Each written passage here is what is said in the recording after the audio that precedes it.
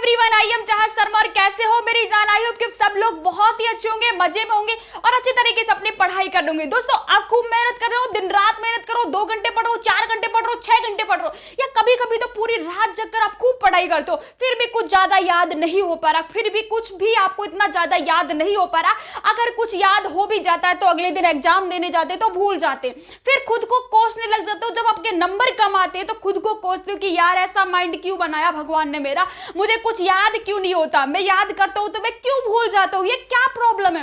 दोस्तों, ये प्रॉब्लम है ना आपके साथ ही नहीं है, हर स्टूडेंट के साथ ये प्रॉब्लम ये फेस करनी पड़ती है हर स्टूडेंट को। पर दोस्तों, कुछ है ना, ये प्रॉब्लम पहले मेरे साथ थी, 1 साल पहले ये प्रॉब्लम मेरे साथ थी। मुझे कुछ ऐसे मेथड पता चले, उस दिन से ये प्रॉब्लम मेरे साथ सॉल्व हो गई। अब मुझे ये प्रॉब्लम बिल्कुल भी नहीं है। अब आप जो भी पढ़ते हैं वो लॉन्ग टर्म तक याद रहता है, लॉन्ग टर्म मेमोरी में ही जाता है डायरेक्ट। अब वो मेथड क्या है, तो आज हम बात करेंगे गुरुकुल मेथड अपनाओ। अगर आप स्टडी करना चाहते हो ना, अगर आप चाहते हो कि आपको बहुत टाइम तक याद रहे, एग्जाम में आप अच्छे नंबर लाओ, तो भाई इसको अपना लेना। 100% ये गारंटी है कि ये मेथड बहुत काम का मेथड है। यूट्यूब पर बहुत वीडियो देखी होंगी अब तक, बहुत सारा, पर है ना यार, ये चीज कोई नहीं बताता, इस चीज को जान लो। तो चलो वीडियो को स्टार्ट करते हैं, और चैनल पर पहली बार विजिट करो तो भाई एक सब्सक्राइब जरूर कर दीजिएगा। चलो वीडियो को स्टार्ट करते हैं। गुरुकुल मेथड जो टेक्निक है, गुरुकुल मेथड टेक्निक है, इसका फर्स्ट पॉइंट जो रहने वाला है ना, वो रहने वाला है हमारा लॉन्ग टर्म मेमोरी को एक्टिव करो। अब एक्चुअल में यार आप क्या करते हो, आप जो भी याद करते हो या जो भी पढ़ते हो, तो वो क्या होता है, आपकी शॉर्ट टर्म मेमोरी में जाता है, शॉर्ट टर्म मेमोरी में जाता है। आप जब पढ़ते हो थोड़ा बहुत याद हो जाता है, जब आप एग्जाम देने जाते हो तो भूल जाते हो। अब बात आती है कि दीदी, ये जो आपकी लॉन्ग टर्म मेमोरी है, इसमें आंसर को हम कैसे लाए, तो हमें कैसे याद करें कि हमारा जो आंसर है वो हमारे माइंड की लॉन्ग टर्म मेमोरी में चला जाए, कि हमें लंबे समय तक वो याद रहे। तो देखो, सबसे पहले तो आपको पढ़ने का तरीका सही आना चाहिए। आपको पढ़ने का तरीका नहीं आता तभी आपका आंसर शॉर्ट टर्म मेमोरी में जाता है। क्वेश्चन ये था कि दीदी अब हम आंसर याद कैसे करें कि जैसे कि हमारी जो लॉन्ग टर्म मेमोरी में आंसर चला जाए और हमें लंबे समय तक याद रहे। तो देखो, सबसे पहले आपको क्या करना है, जब भी आप पढ़ो तो सबसे पहले तो एक तो आपके पास रफ कॉपी होनी चाहिए। जब भी आप पढ़ो तो बगल में आपके पास पेन और रफ कॉपी होना चाहिए। ऐसा नहीं है कि आप लेटे लेटे पढ़ रहे हो, बेड पे लेटे लेटे पेज ले लिया, अब उसको आप रटे जा रहे हो, ये नहीं करना आपको। अब आपको करना क्या, बैठ गए, रफ कॉपी आपने ले ली, तो सबसे पहले तो अब आपकी बॉडी के पढ़ाई के समय एक टाइम में आपको 4 सेंस ऑर्गन आपके एक्टिव होने चाहिए। यानी कि आपको बोलकर पढ़ना है, बोलकर पढ़ना है, या लिखना भी है, जो याद कर रहे हो उसको लिखना भी है, बोलकर पढ़ना है। और जब क्या करना है, आप बोलकर पढ़ो तो आपके जो हैंड है उनको एक्टिविटी देनी है। आपसे कहूं कि कोशिका की डेफिनेशन बताइए। अब आपने कोशिका की डेफिनेशन याद करनी है तो कम से कम आपके हैंड भी इस तरीके से एक्टिविटी आपको देनी है, जैसे कि कोशिका शरीर की सबसे छोटी संरचनात्मक एवं क्रियात्मक इकाई है। अब जब आप ऐसे याद कर रहे हो ना, तो आपका माइंड भी एक्टिव हो रहा है, आपका हैंड भी एक्टिव होता है, क्योंकि हैंड आपकी क्रिएटिविटी कर रहे हैं। यानी कि आप बोल भी रहे हो, हैंड को भी इधर उधर घुमा रहे हो, आप सुन भी रहे हो और माइंड भी चल रहा है। तो यानी कि एक साथ आपके 4 ऑर्गन, कितने ऑर्गन, एक साथ आपके 4 ऑर्गन काम कर रहे हैं। जब आपके एक साथ 4 ऑर्गन काम करेंगे ना, तो ये साइंस कहता है कि जब आपकी बॉडी के 4 ऑर्गन काम करते हैं तो आपका जो माइंड है ना वो बहुत ज्यादा एक्टिव होता है, और जो भी आप याद करोगे, जो भी आप पढ़ोगे ना, वो आपकी लॉन्ग टर्म मेमोरी में ही जाएगा डायरेक्ट। जो आप ये करते हो, चुपचाप किताब लेके बैठ गए, उसको घूरते जा रहे हो, तो वो क्या होगा, शॉर्ट टर्म मेमोरी में ही वो आंसर जाएगा। एक बहुत छोटे समय के लिए वो आपको याद हो जाएगा और एग्जाम देने जाओगे भूल जाओगे, 100% भूल जाओगे। अगर इस तरीके से आपने याद किया, आप याद करो, आपकी हैंड की क्रिएटिविटी आपको देना इस तरीके से, तो आपको करना ही है, और है ना फिर अपने माइंड में वो सेट करना। अब दूसरा काम क्या करना वो भी सुन लीजिए। आपको दूसरा काम क्या करना, विजुलाइज करना। मतलब कोई भी चीज है, जैसे आपको हार्ट पढ़ाया गया, क्या पढ़ाया गया आज, हार्ट आपको पढ़ाया गया, तो उसको है ना आपने एक बार पढ़ लिया, पढ़ने के बाद में उसको खुद अपने माइंड में घुमाओ। जैसे भी इमेज बन रही है ना वैसी इमेज बनाओ और उसको घुमाओ, क्योंकि जब तक इस माइंड पर जोर नहीं दोगे ना भाई, आपकी लॉन्ग टर्म मेमोरी स्ट्रांग नहीं होगी। उसको घुमाओ कि मैंने अभी जो याद किया है उसको थोड़ा बहुत घुमाना है। और सबसे इंपॉर्टेंट पॉइंट कि जो भी आपने पढ़ा है, पढ़ने के बाद आपको लिखना जरूर है। अब बहुत सारे बच्चे कि आपने सुना होगा कि लिखा हुआ लॉन्ग टाइम तक याद रहता है, और जबकि हम जैसे ऐसे ही पढ़ते हैं ना, हवा में पढ़ते हैं, तो वो हम भूल जाते हैं। अगर आपने जो भी पढ़ा है उसको आपने लिख लिया ना एक बार, उसने अपने हाथों से अपनी भाषा में, जैसे भी आपने कुछ याद किया, कुछ लाइन याद नहीं आ रही, अपनी भाषा में जोड़ के आंसर को लिख दो भाई, ये आपको हमेशा याद रहेगा, क्योंकि आप खुद की लैंग्वेज उसमें जोड़ रहे हो। लिखा हुआ हमेशा याद रहता है, ये चीज तो है भाई, इसको तो 100% करना, इसको तो कभी करना ही मत भूलना, क्योंकि ये बहुत इंपॉर्टेंट चीज है। देखो यार, सीधा सा मतलब है कि जब भी आप पढ़ो तो आपकी बॉडी के कम से कम 4 ऑर्गन एक्टिव होने चाहिए, और जितने ज्यादा हमारी बॉडी के ऑर्गन एक्टिव होते हैं ना, माइंड उतना जल्दी काम करता है और जल्दी जल्दी आपको याद होगा, यानी कि आपको लॉन्ग टर्म मेमोरी में ही वो सारी चीजें जाएंगी। तो ये तो आपको करना ही है।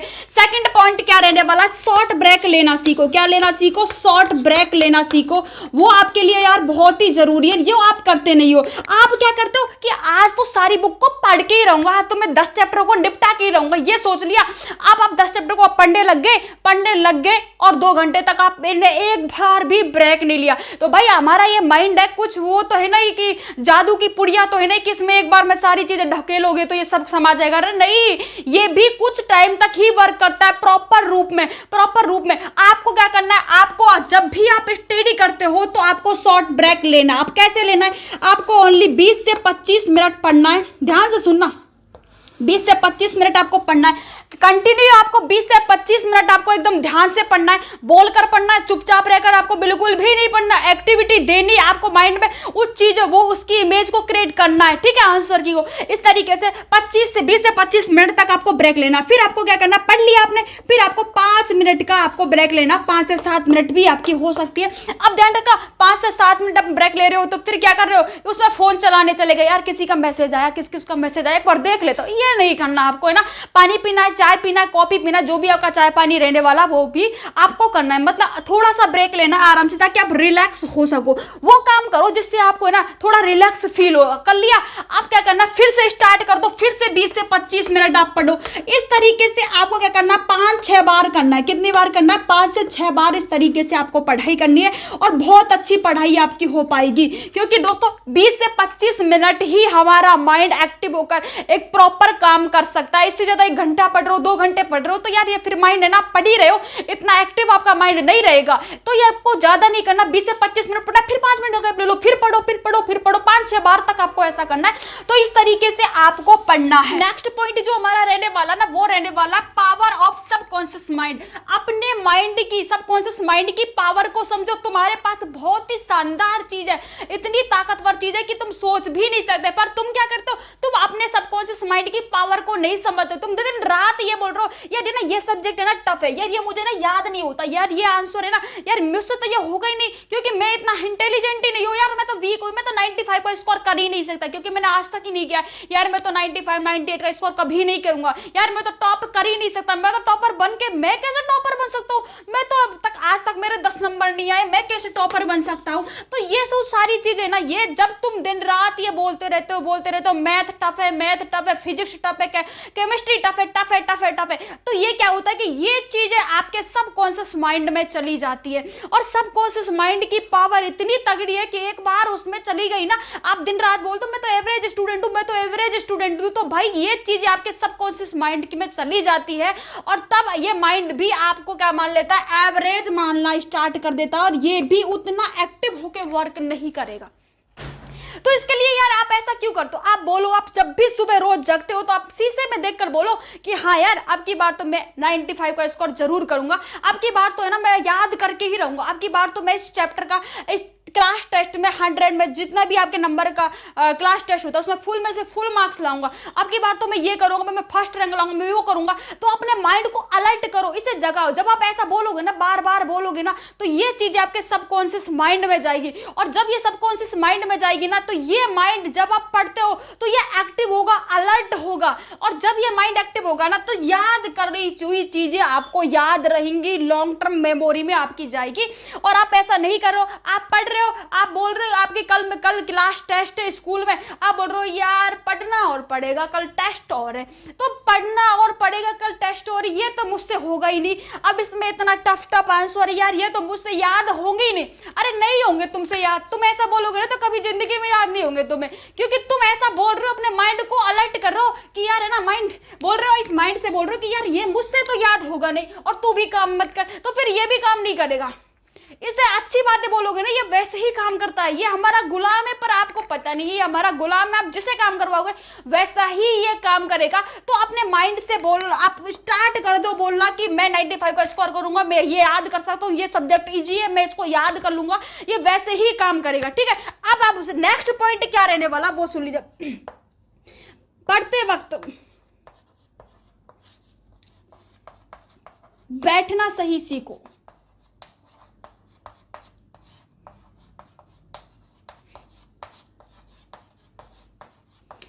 फैक्ट चीजें हैं यार, ये आपको आना बहुत जरूरी है। पढ़ते वक्त बैठना सही सीखो। अब क्या है कि आप आजकल का देखोगे, आप बहुत सारे स्टूडेंट ऐसे हैं जो बेड पर आराम से लेटे लेटे पढ़ते हैं। मतलब बेड एक ऐसी चीज है, हमको रिलैक्स देती है, हमारी बॉडी वहां पर रिलैक्स होती है, और वहां से आप आराम से लेटे लेटे पढ़ रहे हैं भाई साहब, या फिर कुछ खाना खाते पढ़ रहे, या कुछ टीवी देखते पढ़ रहे। आपको यही नहीं पता कि बैठकर पढ़ना कैसे।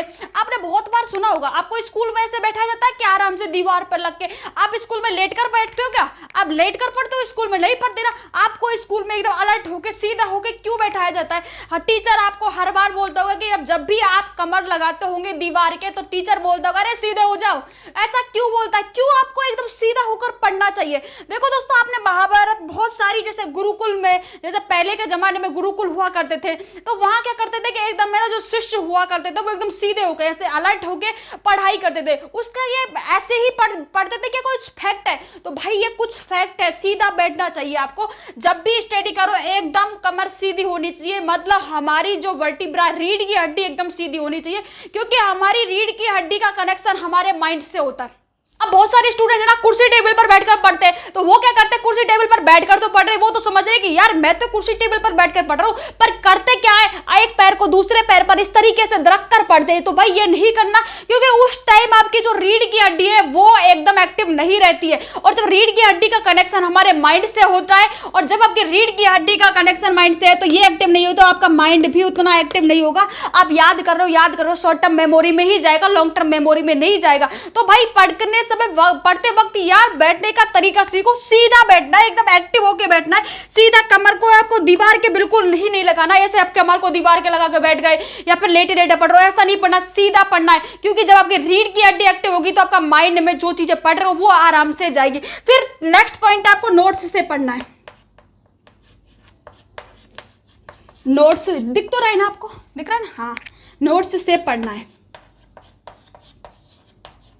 पढ़ना।